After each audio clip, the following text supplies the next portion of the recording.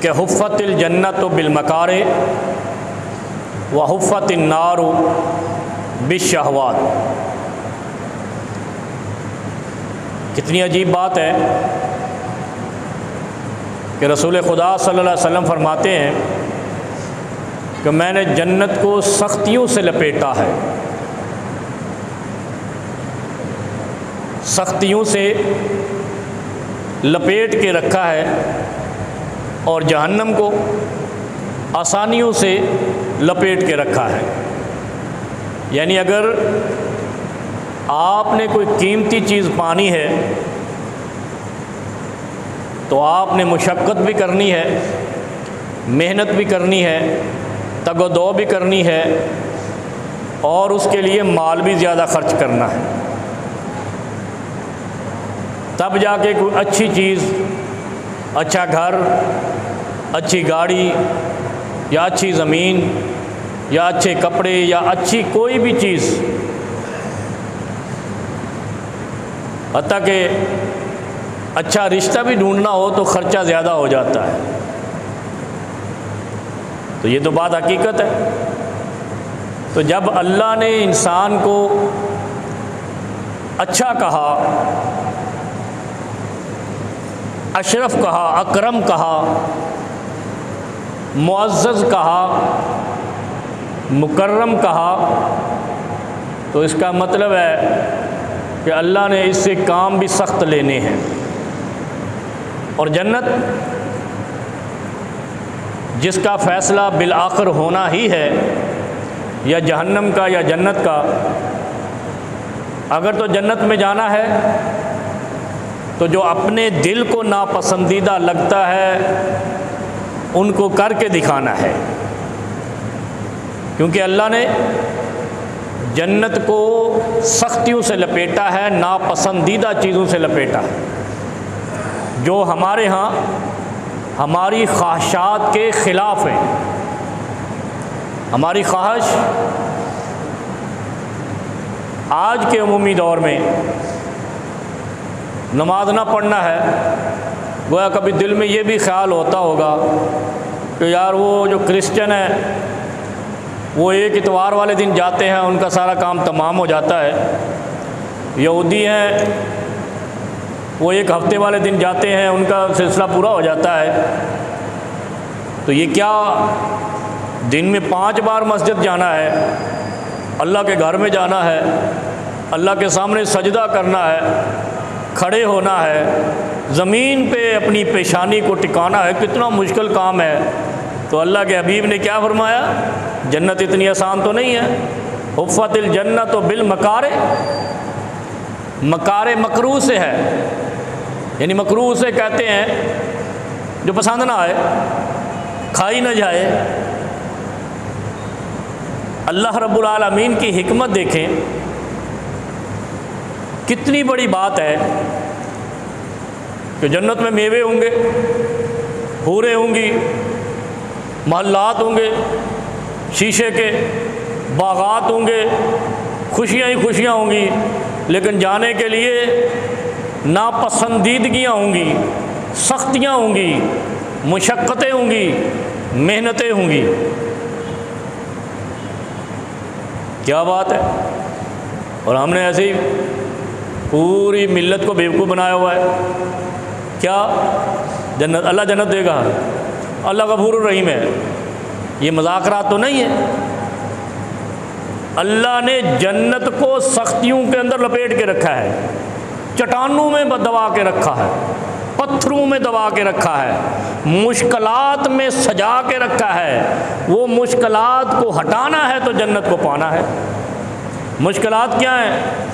دولت کے انبار ہیں، کون خرچ کرے، زکوٰۃ دے، کون صدقہ دے، کون خیرات کرے، سارا مال دبا کے رکھو، کبھی ٹینکوں میں، کبھی کمروں میں، کبھی زمین میں، کبھی گٹر میں۔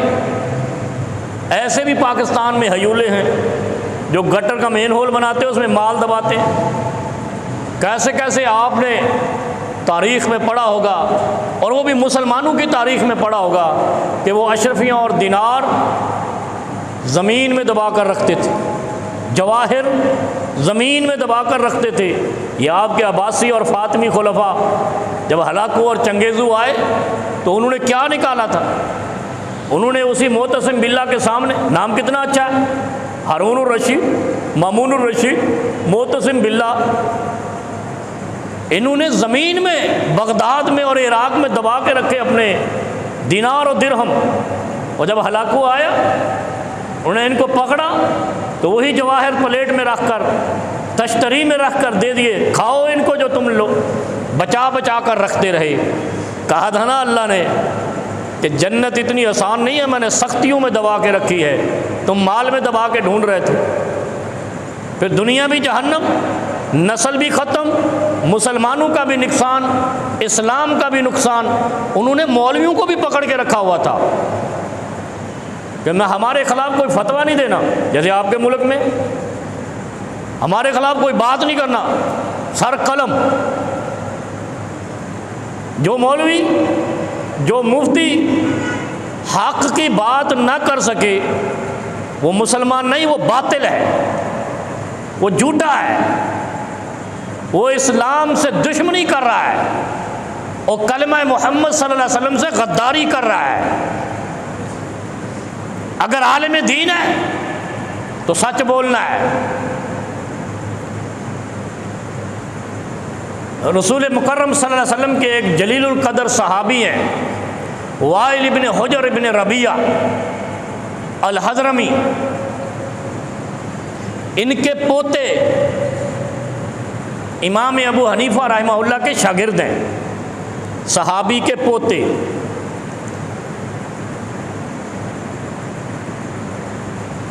اس وائل بن حجر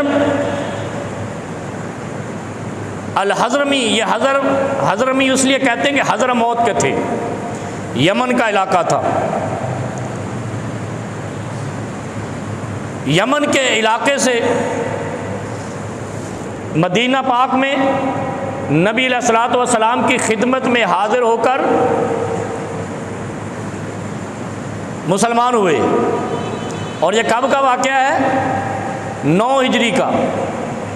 2 بار نبی علیہ الصلوۃ والسلام کی خدمت میں حاضر ہوئے، ایک 9 ہجری کو اور ایک 10 ہجری کو، اور اس کے بعد نبی پاک صلی اللہ علیہ وسلم دنیا میں نہیں رہے، وفات نبی ہو گئی۔ 2 بار ملاقات ہوئی، اور دوسری ملاقات آخر میں ہوئی۔ ان کی زندگی کا مطالعہ کریں تو یہ احدم من سلاطین یمن، یہ شہزادہ تھا یمن کا، جیسے آپ کے شہزادے سعودیہ کے آج کل شہزادہ ولی عہد بن جاتے ہیں، یہ ولی عہد تھے یمن کے۔ وائل بن حجر بن ربیعہ الحضرمی، یہ یمن کے اس وقت کے ولی عہد تھے، بادشاہوں کا بیٹا تھا یہ۔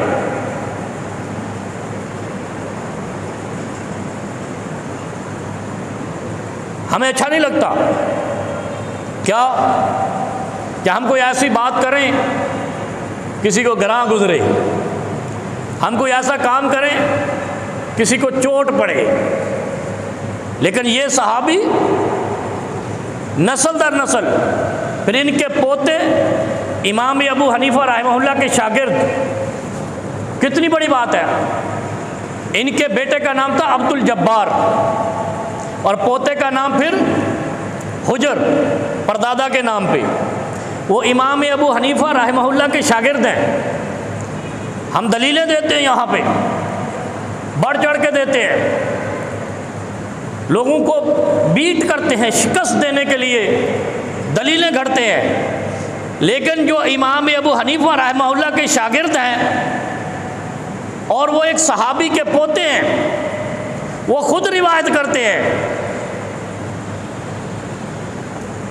کیا کہ میں نے اپنے استاد سے، ان کے استاد سے اور اپنے دادا سے دیکھا ہے کہ وہ رکوع میں جاتے ہوئے اور رکوع سے اٹھتے ہوئے رفع الیدین کرتے تھے، ہاتھ اٹھاتے تھے،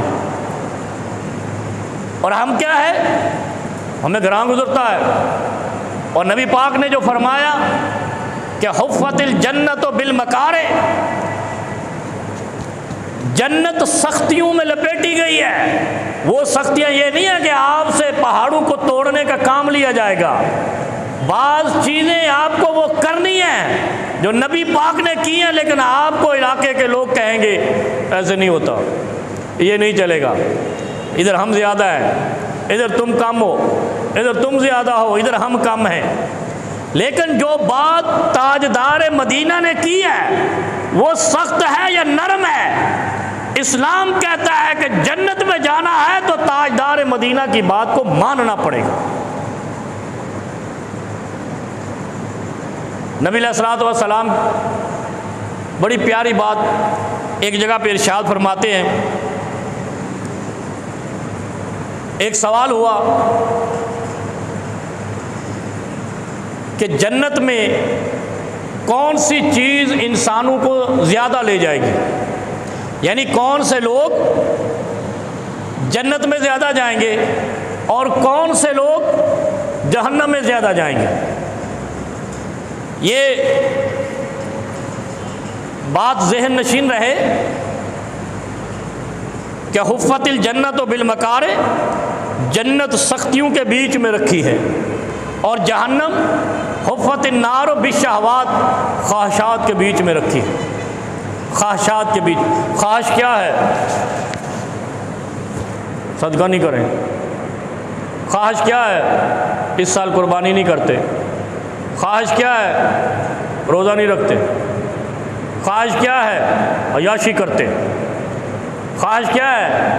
آج میوزیکل نائٹ مناتے ہیں۔ خواہش کیا ہے؟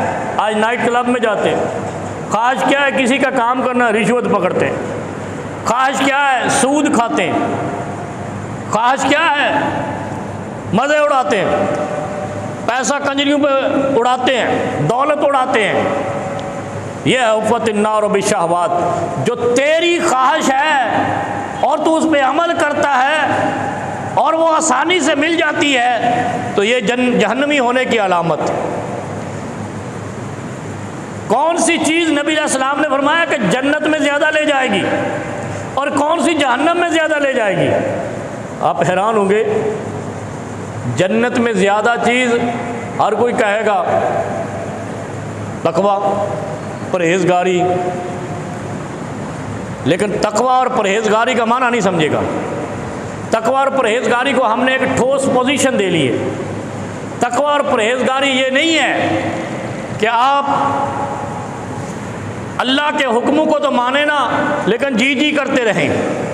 نبی علیہ السلام نے فرمایا منافق دو چہروں والا ہوتا ہے، نرم زبان ہوتا ہے، علیم اللسان ہوتا ہے۔ نرم زبان بھی ہوگا، چرب زبان بھی ہوگا، اور یہ منافق کی علامت ہے۔ اور منافق کیا ہوگا؟ تیرے ساتھ تیرا پتر ہے، تیرے دشمن کے ساتھ تیرے دشمن کا پتر ہے، یعنی ہر کسی کے ساتھ محبت اور لال بن کر پیش آئے گا، حق کی بات نہیں کرے گا، سچائی پہ نہیں ڈٹے گا۔ کیا فرمایا؟ جنت میں دو چیزیں زیادہ لے جائیں گی، تقوی اللہ و حسن الخلق۔ حسن الخلق کیا ہے؟ حسن الخلق یہ ہے کہ آپ جھوٹ نہ بولو، کذب بیانی نہ کرو، دوسرے کو غلط رائے نہ دو، غلط مشورہ نہ دو، یہ حسن الخلق ہے۔ صرف گالم گلوچ سے رک جانا، پروپی گنڈا سے بھی رکنا ہے، الزام سے بھی رکنا ہے، یہ حسن الخلق ہے۔ حسن الخلق لین اللسان نہیں۔ ہمارے یہاں کیا ہے؟ نرم زبان ہے، جی جی آج ہم مسجد نماز پڑھنے، یہ حسن الخلق نہیں ہے۔ الزام تراشی سے رکنا حسن الخلق ہے، کذب بیانی سے رکنا حسن الخلق ہے، زبان کو روک لینا یہ حسن الخلق ہے، اور تقوی اللہ سچ پہ کھڑے ہو جانا یہ تقوی اللہ ہے۔ فرمایا جہنم میں کون سی چیز زیادہ لے جائے گی؟ یہ بڑی ٹیکنیکل چیز ہے۔ فرمایا الفم والفرج، یہ منہ جہنم میں زیادہ جائے گا۔ کیا فرمایا؟ الفم والفرج، منہ اور شرمگاہ سب سے زیادہ لوگوں کو جہنم میں لے جائے گی۔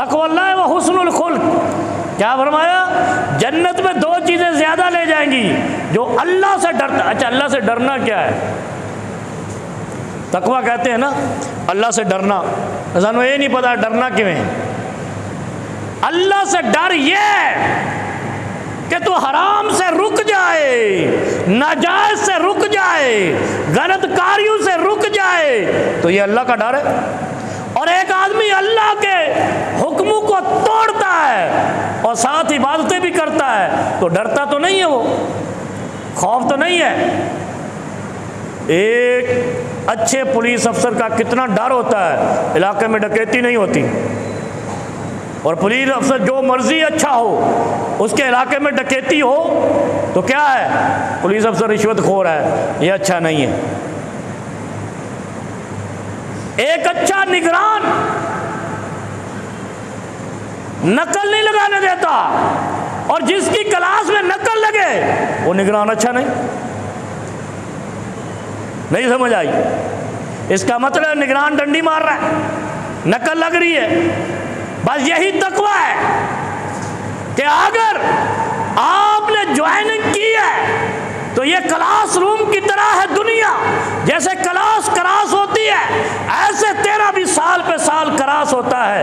ایک دن تیرا تعلیم کا شعبہ بھی ختم اور تو میدان عمل میں آئے گا. اسی طرح یہ زندگی ہے، ایک دن تیرا سفر ختم، حساب کے دن پہ آ جائے گا. اور وہاں کیا حساب ہوگا؟ نمازاں پڑھیاں نے تو جھوٹ کیوں بولا پھر؟ ان صلاۃ تنہا عن الفحشاء والمنکر، کہیں منکر کہا، کہیں تقویٰ کہا، کہیں حسن الخلق کہا، کہیں الفم والفرج کہا. ان چیزوں کو ملاؤ نا. یہ منکر کیا ہے؟